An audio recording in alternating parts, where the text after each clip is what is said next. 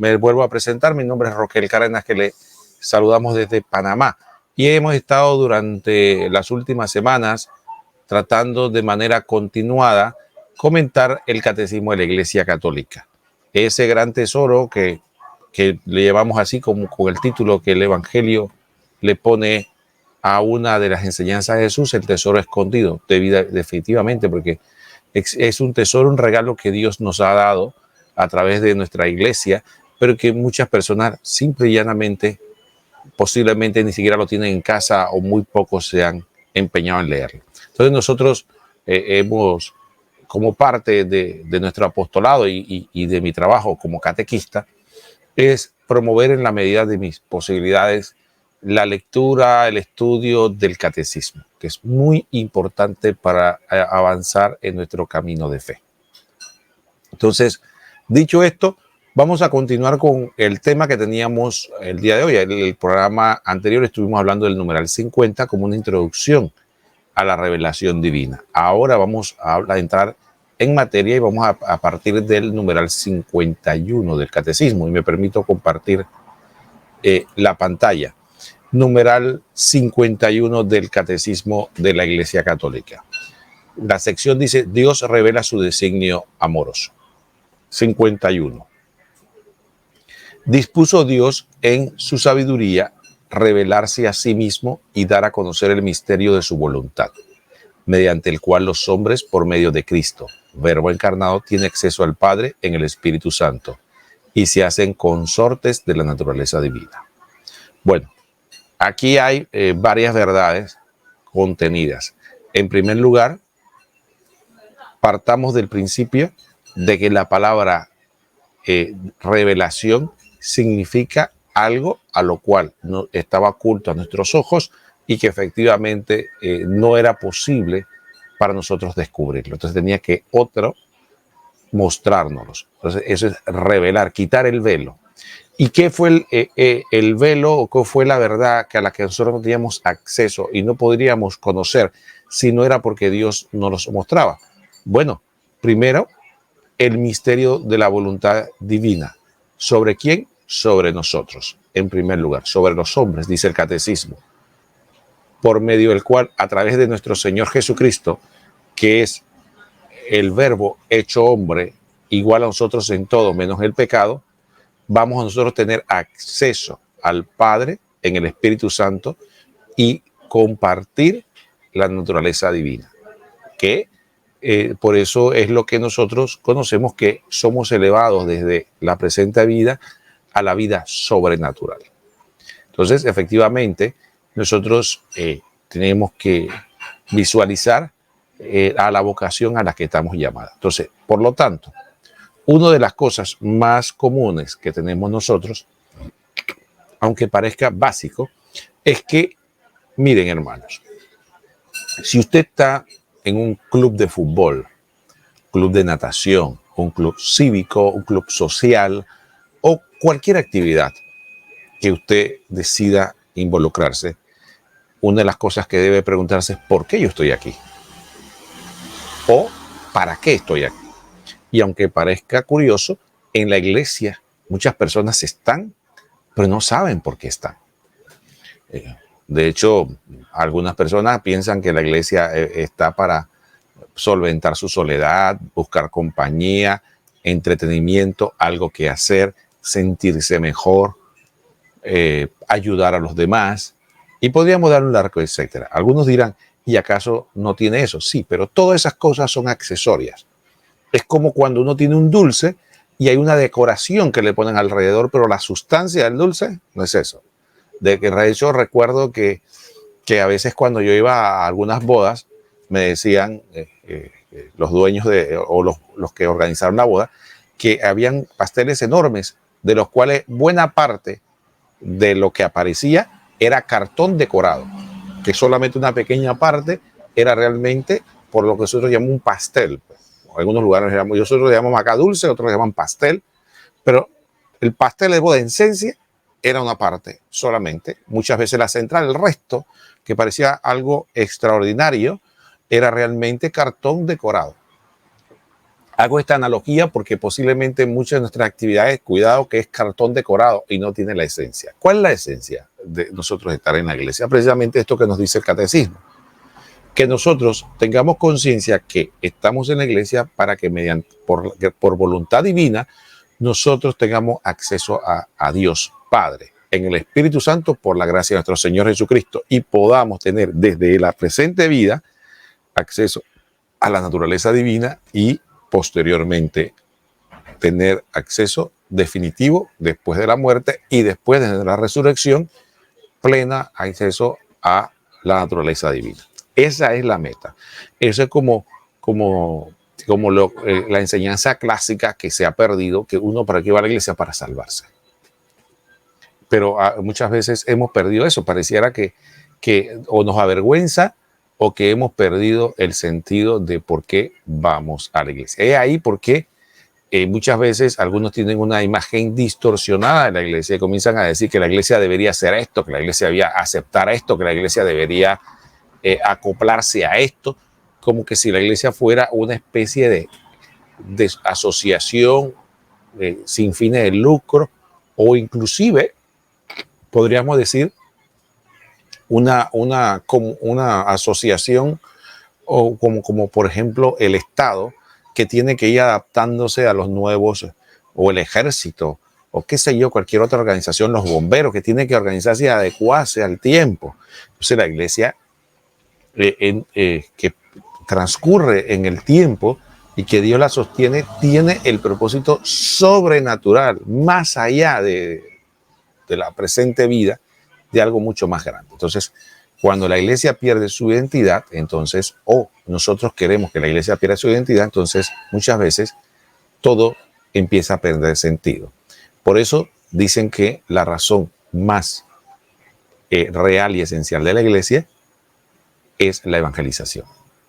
Curiosamente hay personas que piensan que la iglesia, la principal razón fundamental es ayudar al pobre. Otros dicen, no, es, qué sé yo, contribuir a la paz social, al desarrollo de una política ecológica. Todas esas cosas volvemos a lo mismo.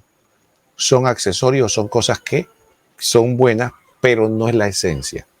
La iglesia fue creada por nuestro Señor Jesucristo para que vaya y predique el evangelio a toda criatura, bautizándola en el nombre del Padre, del Hijo y del Espíritu Santo y enseñándola a guardar todo lo que nuestro Señor nos enseñó o nos trajo a través de los apóstoles, nos llegó a nosotros. Entonces, ese es lo esencial. Como consecuencia de ese núcleo viene lo demás. Entonces, sí, este numeral 51, nosotros desprendemos todas esas cosas y son importantes porque si no tenemos esencialmente esto. Entonces, ¿qué pasa? Perdón. Si ustedes, por ejemplo, voy a contar una anécdota antes de pasar al siguiente numeral. Recuerdo que en un lugar de mi país, Panamá, unos sacerdotes contaban la anécdota de que habían misionado en un lugar y en ese lugar obviamente las personas no eran nativos y por lo tanto muchos no practicaban la fe católica. Fueron evangelizados, empezaron a ser católicos, pero al poco tiempo dejaron de evangelizarlos y se dedicaron a ayudarlos a hacer acueductos, casas, a mejorarle las condiciones de vida. Alguno dirá, bueno, ¿qué de malo tiene eso? Bueno, ahora van a ver lo que ocurrió.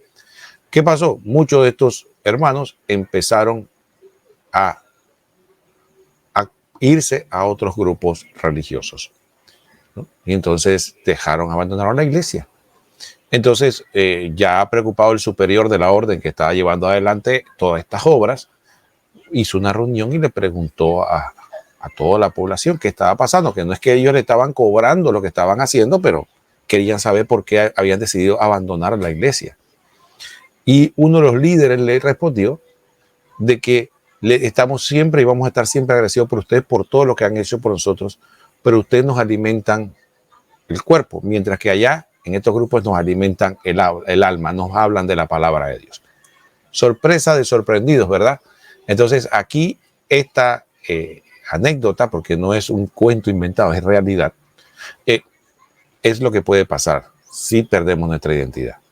Primero la evangelización. Lo demás vendrá por añadidura, claro. El amor al prójimo nos impulsa, nos llama, pero primero es nuestro Señor Jesucristo. Dicho esto, vamos al siguiente numeral para seguir comentando lo que estamos haciendo. Numeral dice 52, dice, Dios, que habita una luz inaccesible, según dice 1 Timoteo 6:16, quiere comunicar su propia vida divina a los hombres, libremente creados por Él, para hacer de ellos en su Hijo único, hijos adoptivos, Efesios 1:4-5. Al revelarse a sí mismo, Dios quiere hacer a los hombres capaces de responderle, de conocerle y de amarle más allá de lo que ellos serán capaces por sus propias fuerzas.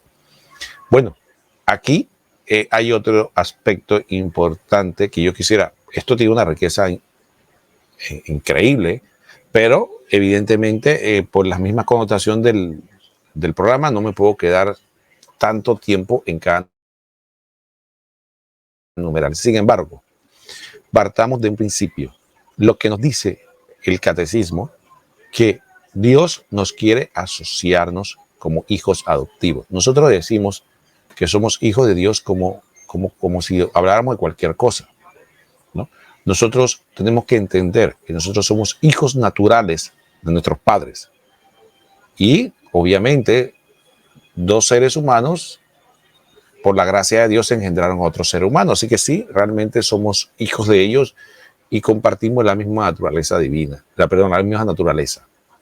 Sin embargo, ahora, imagínense, y que no es que la comparación se parezca, pero para poner un punto de referencia, imagínense que de repente, si se pudiera, un ser humano adopta a una hormiga y diga, verdaderamente esta hormiga es hija mía. Entonces, esa desproporción de lo que es la dignidad y todo lo demás, lo que es un ser humano frente a una hormiga, pero sin embargo es para la hormiga, no para el hombre, para la hormiga, usando esta misma analogía, es un gran honor, un gran privilegio que un ser humano muy superior a él en todos los aspectos decida hacerlo parte de su familia. Entonces, cuando nosotros decimos que Dios decide que nosotros seamos nosotros, Dios, más que abajarse, pues como decían algunos padres de la iglesia, de alguna manera se anonadó para poder elevarnos a nosotros. Entonces partimos por eso es que San Pablo usa frases que pueden parecer intrigantes. Dice que la locura de Dios es más sabia que la savia de los hombres. Dando a entender que lo más pequeño de Dios, si se puede hablar de esa manera, es muy superior a lo que el hombre tiene o es.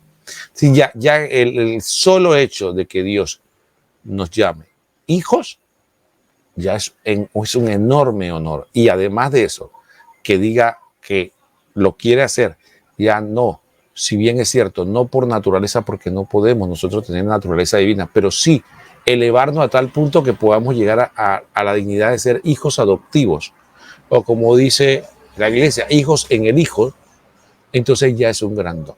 Pero aquí viene un tema que es interesante, y es esta frase que está aquí, que quisiera que le pusiéramos atención. Al revelarse a sí mismo, Dios quiere hacer a los hombres capaces de responderle, de conocerle y de amarle. Esos tres elementos: responderle, conocerle y amarle, más allá de lo que ellos serían capaces por sus propias fuerzas. Y ese aspecto quiero que lo tengamos bien presente. Nuestra vocación es sobrenatural. Y aquí viene un aspecto muy importante. Muchas veces en nuestra realidad espiritual nosotros no avanzamos porque nosotros creemos que nuestro camino en la iglesia es para ser buenas personas. Por eso Jesucristo, muchas veces cuando leemos el Evangelio de Mateo en el Sermón de la Montaña, nos parece exigente, ¿no? Entonces, por eso hay personas que recuerdo que me decían a mí que eso de que todo aquel que mira a una mujer deseándole su corazón, dice, eso nadie lo puede lograr. Eso me decía alguien, mirar a una mujer y no desearla, eso para él era poco menos que imposible. Y eso de amar a los enemigos tampoco. Y entonces, efectivamente, nosotros no estamos llamados a ser buenas personas o a hacer todo lo bueno que podemos ser humanamente hablando. Y lamentablemente ese error es el error que cometemos nosotros en la iglesia.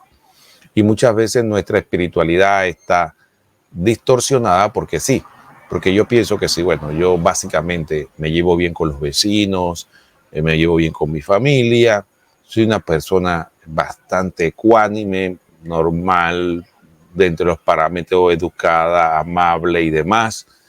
Y entonces yo cumplo con todos esos aspectos. Entonces, efectivamente, entonces yo soy un buen católico.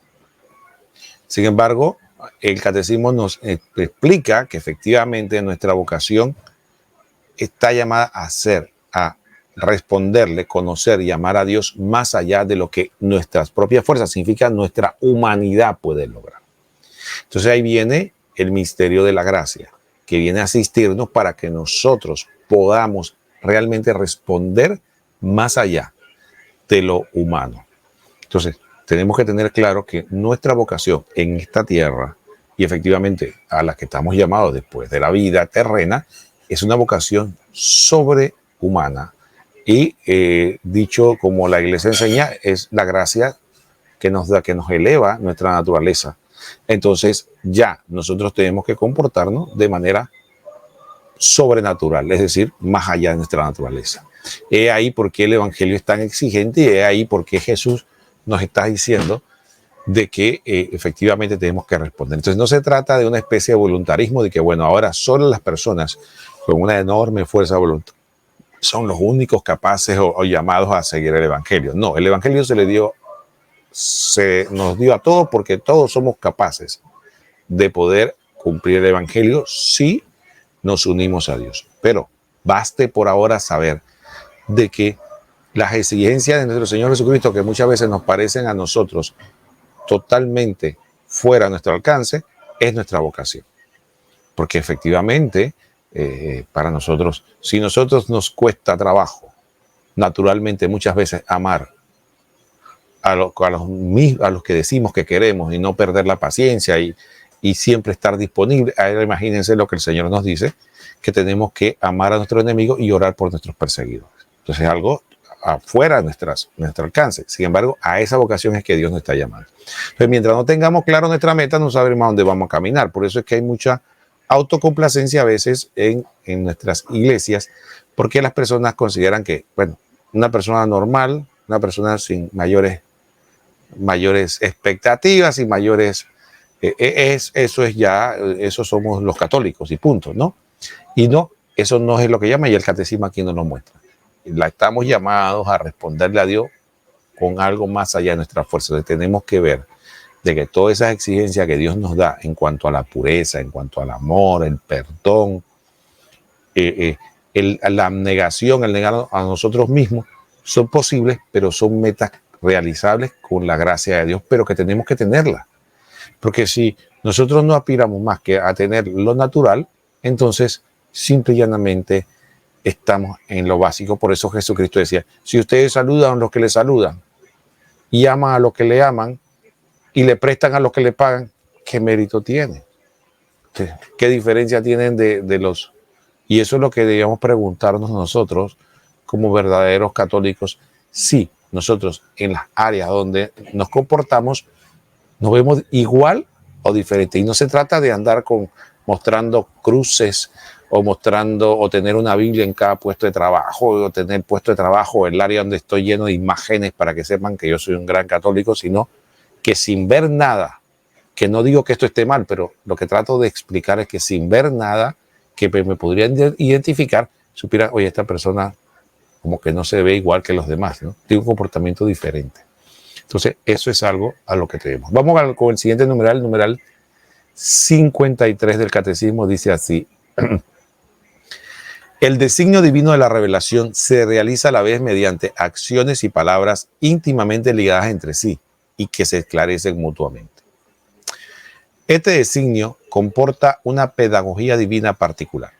Dios se comunica gradualmente al hombre, lo prepara por etapas para acoger la revelación sobrenatural que hace de sí mismo y que culminará en la persona y la misión del Verbo encarnado Jesucristo. San Irineo de Lyon habla en varias ocasiones de esta pedagogía divina, bajo la imagen de un mutuo acostumbrarse entre Dios y el hombre. El Verbo de Dios ha habitado en el hombre y se ha hecho hijo del hombre para acostumbrar al hombre a comprender a Dios y para acostumbrar a Dios a habitar en el hombre, según la voluntad del Padre.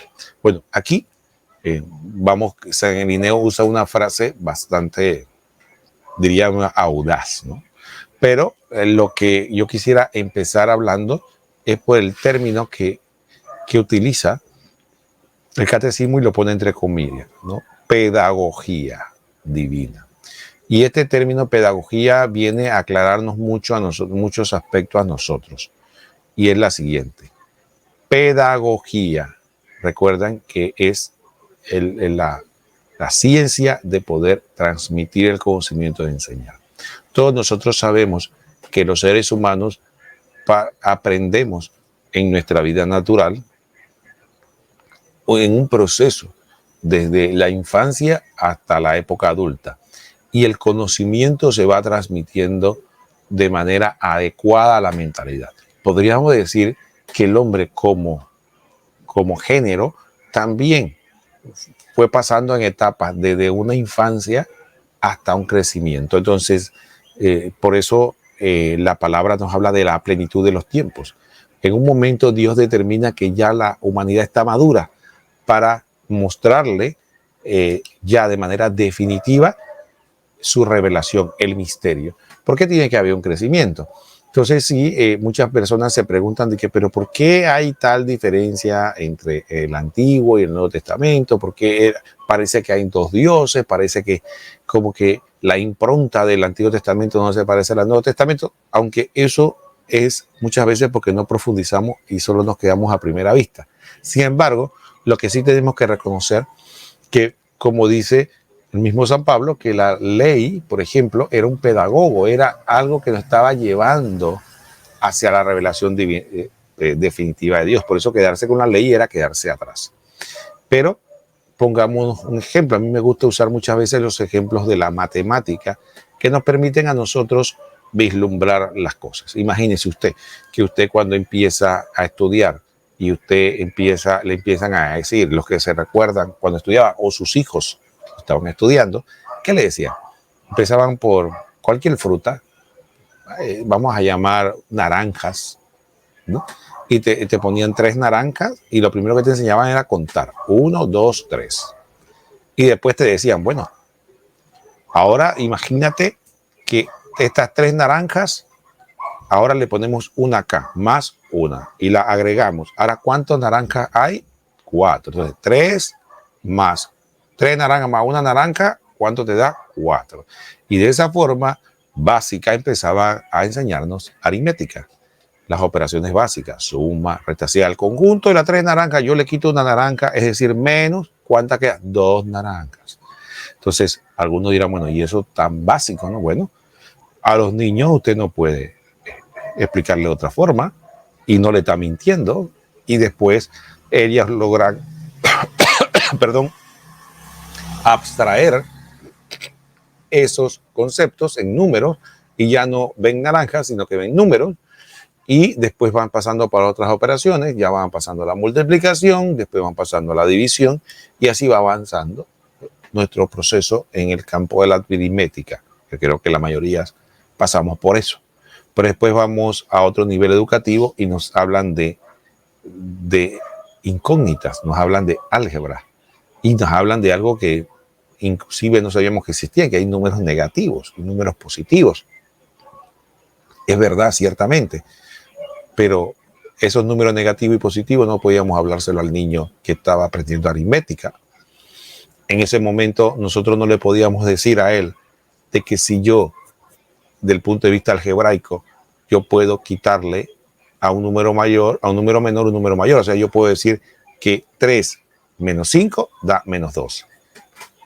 Algebraicamente así es que se hace, Pero eso en aritmética era un absurdo y para poder educarle, hablarle de aritmética era básico. ¿Por qué hago esta explicación? Bueno, porque las matemáticas son universales. O le guste o no, pero usted puede recordar. Y después, cuando avanzamos más, nos damos cuenta de que el sistema decimal de numeración no es el último, sino que hay sistema sexagesimal, hay sistema binario y hay otro poco de sistema. Y también, entonces, ahí vamos avanzando en la matemática y nos damos cuenta de que efectivamente, sin mentirnos, sin decirnos nada, sino que eran etapas, niveles para ir avanzando en esa pedagogía del aprendizaje, fuimos desarrollando. Entonces, algo parecido ocurre con esto que se llama de la pedagogía divina. Efectivamente, nosotros tenemos que tener mucho cuidado de no caer en un prejuicio, por ejemplo, cuando vemos las actuaciones de algunos patriarcas en el Antiguo Testamento y vemos y lo queremos juzgar con nuestros ojos, nuestra mentalidad, nuestra forma de ver las cosas. Porque efectivamente sería exactamente lo mismo que si nosotros nos ponemos a jugar niños que están en la primaria, lo básico de la educación, aprendiendo aritmética, y decirle, oye, pobre gente, no sabe nada de álgebra, no sabe nada de números binarios. Hombre, le van a decir, oye, estos niños están en etapa. Usted no lo juzgue porque usted ahora está en la universidad y está estudiando tal carrera y sabe más de matemáticas, sino que entienda su realidad. Y si le va a hablar, tiene que hablarle en el lenguaje que ellos entienden. Algo parecido ocurre con la revelación divina. Entonces Dios le hablaba también a ellos en un lenguaje que ellos podían entender, que uno podía transmitirle lo que él quería transmitirle para ese momento. Entonces es importante todo este concepto de la pedagogía divina y el avance en el conocimiento de quién es Dios y todo va pasando poco a poco, va avanzando. Imagínense, por ejemplo, que cuando el pueblo hebreo inicia, por ejemplo, en Egipto, miren lo que dice un mandamiento de la ley de Dios. No tendrás otros dioses delante de mí. Nosotros muchas veces pasamos por delante de este texto y no le damos importancia. Pero ustedes creen que hoy día, por ejemplo, a un pueblo evangelizado, católico, el nuevo pueblo de Dios, hay que decirle que no tendrás otros dioses. Se supone que todo el mundo ya da por descontado que hay un solo Dios. Que hay cosas que nos pueden desviar de la presencia del único Dios. Sí, y podemos llamarle a eso ídolos o otros dioses, por decirlo. Sí, pero eso es del punto de vista analógico. Pero que una persona hoy día piense que hay otros dioses, es que pues estás totalmente desinformado. Ni siquiera hay que hablar. Aquí cuando se habla de otros dioses, se habla del punto de vista analógico, comparativo, de que hay cosas que nosotros podemos convertir al compararla con nuestro Dios o nuestra fidelidad a Dios, podemos nosotros equivocadamente y totalmente fuera de lugar elevarlos a dioses falsos. Pero para el pueblo de Israel era muy real esa afirmación.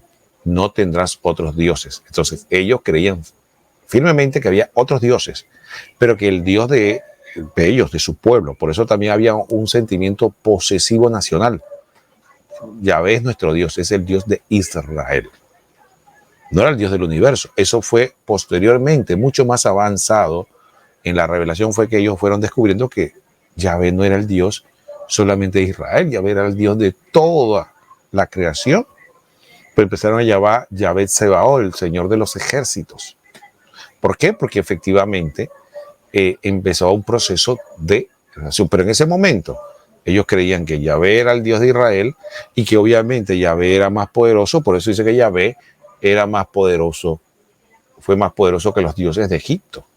Y también, acuérdense que el faraón también era considerado un dios. Así que cuando Yahvé humillaba al faraón, estaba demostrando que él era un dios superior a los dioses de Egipto. Entonces, sí, entonces había una concepción de politeísta, había una concepción politeísta, o sea, de varios dioses.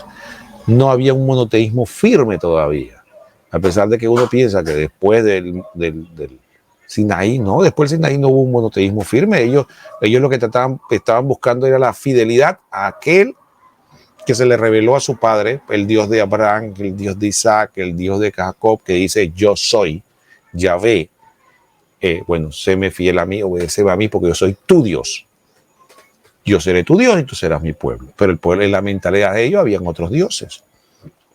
De hecho, los profetas, cuando empezaron sus primeras catequesis, hablaban de eso, abandonaron a Dios por Baal, como haciendo comparaciones. Después los profetas empezaron a hablar claramente de que eso eran falsos dioses y que no tenían ningún poder, ni tenían existencia, ni esencia, ni nada. Sin embargo, y también después vino, ustedes se dan cuenta que ya en las profecías posteriores, por ejemplo, la del profeta Jeremías, ya veían al Dios Yahvé como aquel que manejaba todos los acontecimientos, era el que dirigía a Egipto, a Siria, era el que dirigía a todos esos imperios y hacía de ellos lo que quería y los derrumbaba y los elevaba cuando él quería. Y cuando esos imperios hacían algo a Israel, era porque Dios estaba actuando y estaba ya sea castigando o premiando a Israel. Fue un proceso. Entonces, cuando uno va leyendo la escritura, tiene que entrar en ese proceso y ir comprendiendo que fue la pedagogía divina.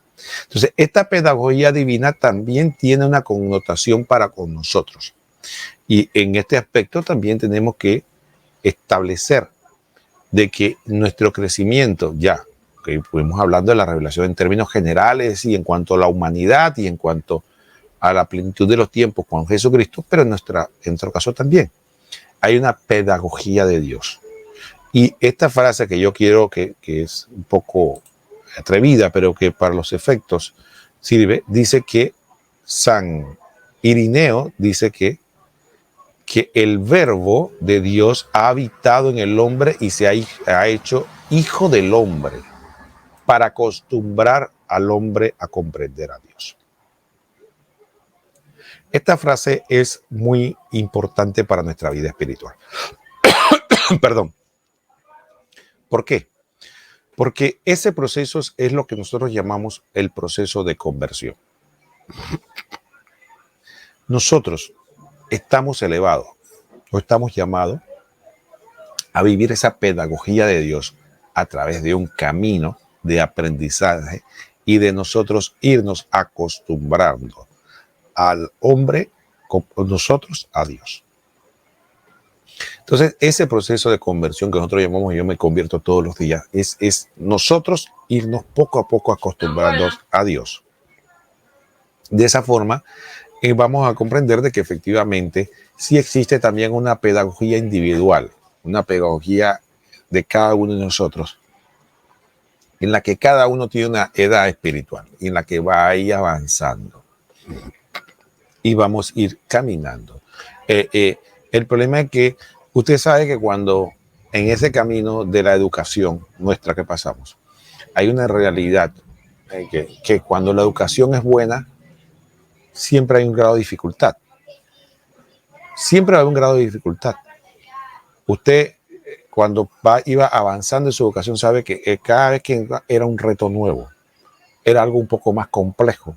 Era algo, ¿por qué? Porque había que esforzarse, era un conocimiento nuevo, si no, quedaríamos, como dicen en mi país, como el perro, ¿no? ¿Han visto un perro correteándose la cola, ¿no? Dando vueltas y no avanza a ningún lado. Bueno, si nos hubiéramos quedado nosotros, entonces en los primeros escaños de nuestra educación y no hubiéramos avanzado. Sin embargo, cada avance es un camino de esfuerzo donde cada vez hay un reto nuevo, hay una dificultad, hay que sorprender. Entonces, igual ocurre en esta pedagogía de nosotros ya acostumbrarnos a Dios. Empezamos de los primeros escaños donde estamos prácticamente hablando, diríamos, estamos en Egipto, estamos apenas empezando a hacerle fiel a Dios, empezando a avanzar, a ir avanzando, entrar a la tierra prometida, después aprender un poco más, a darle culto a Dios, como hizo el pueblo de Israel, y después los profetas que vienen y nos llaman la atención, y cada vez aprender a ser más fiel hasta que llegamos a la plenitud de los tiempos con nuestro Señor Jesucristo, que es mucho más exigente y que nos habla de que hay que adorar a Dios ya no con gestos exteriores solamente, sino en espíritu y en verdad. Y la exigencia del amor pleno de Dios, que incluso llega Jesucristo a decirnos que la meta de nosotros es ser perfectos como el Padre Celestial es perfecto. Imagínense, de ese primer escaño que estamos luchando con el pecado a aspirar a ser perfecto como es perfecto el Padre Celestial, que hace llover sobre justos e injustos y sabe salir el sol sobre buenos y malos. Entonces, ese proceso o esa pedagogía es lo que nosotros debemos ver como ir a acostumbrar al hombre a comprender a Dios. Ustedes recuerdan el texto que muchas veces para nosotros puede resultar efectivamente, puede resultar un poco impactante, ¿no? Cuando Jesucristo le dice a San Pedro, imagínense, pónganse a pensar, según el texto de Mateo, eso ocurre justo después de que Jesucristo le dice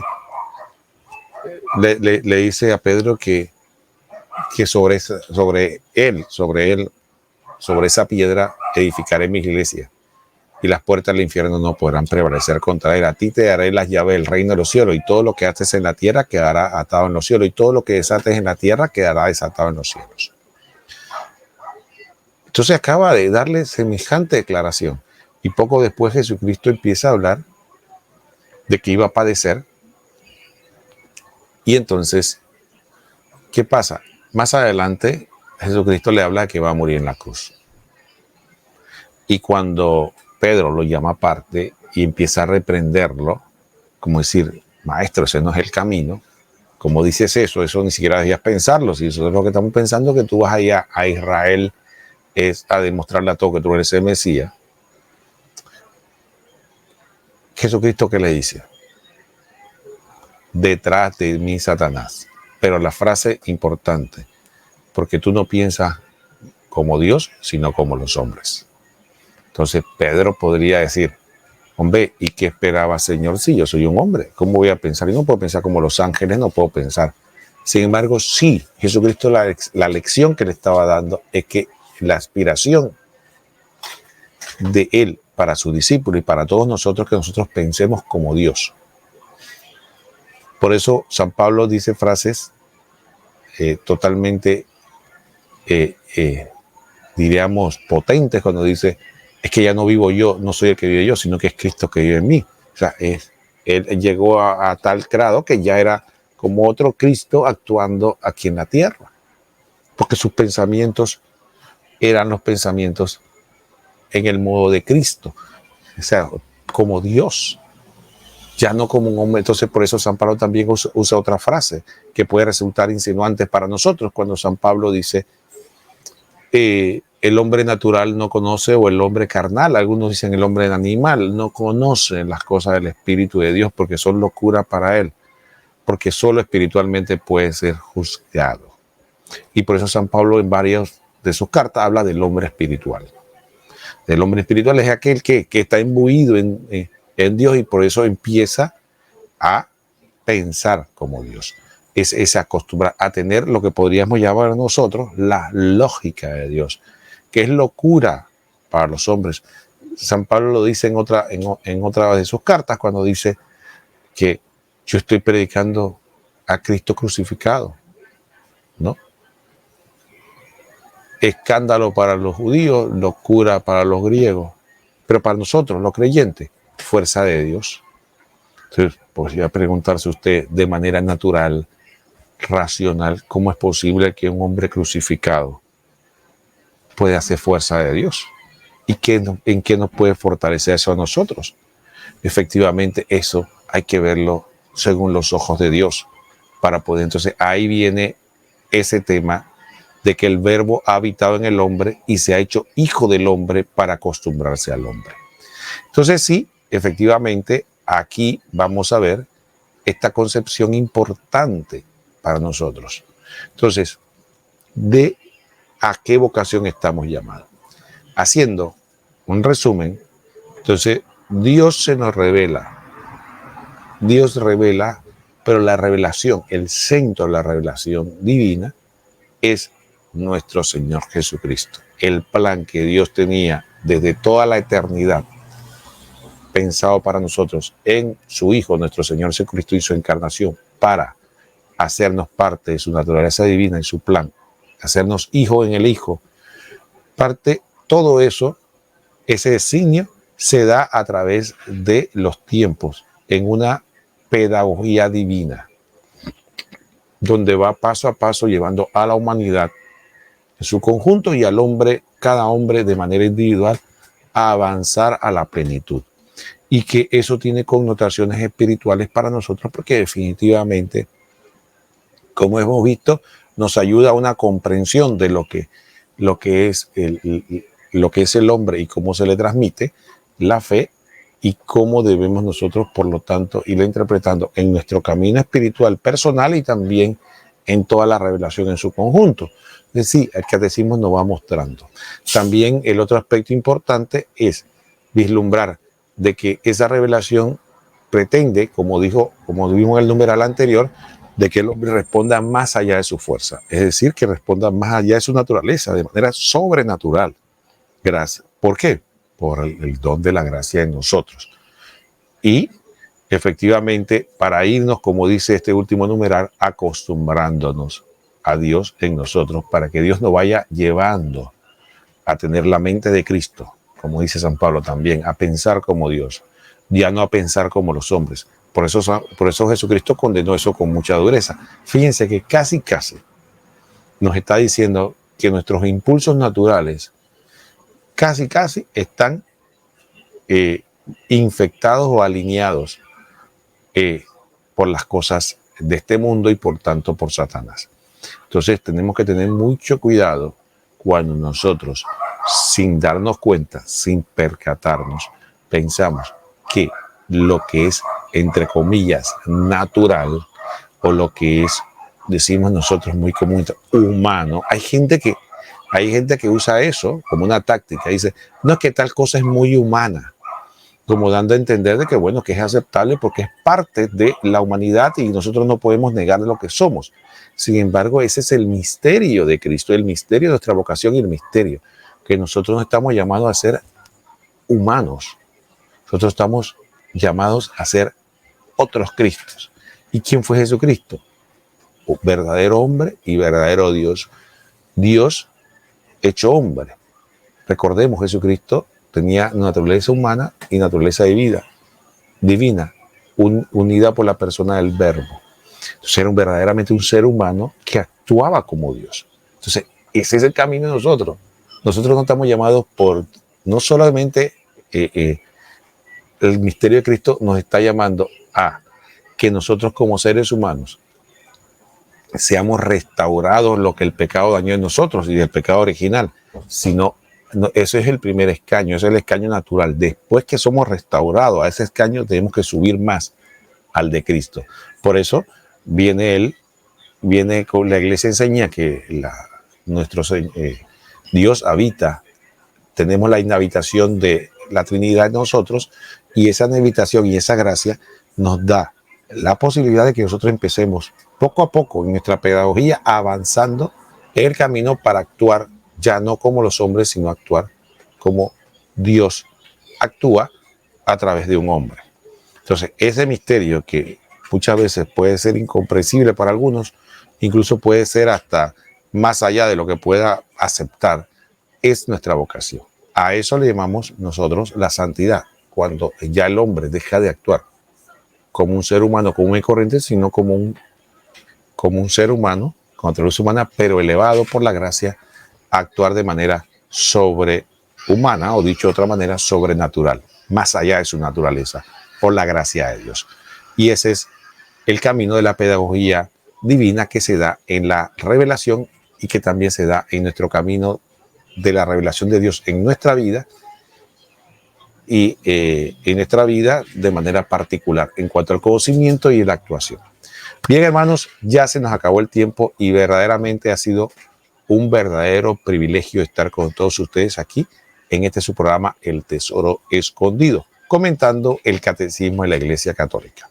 Estuvo con ustedes su hermano Roquel Cárdenas, que les saludamos desde Panamá. Que el Señor los bendiga a todos. Hasta pronto.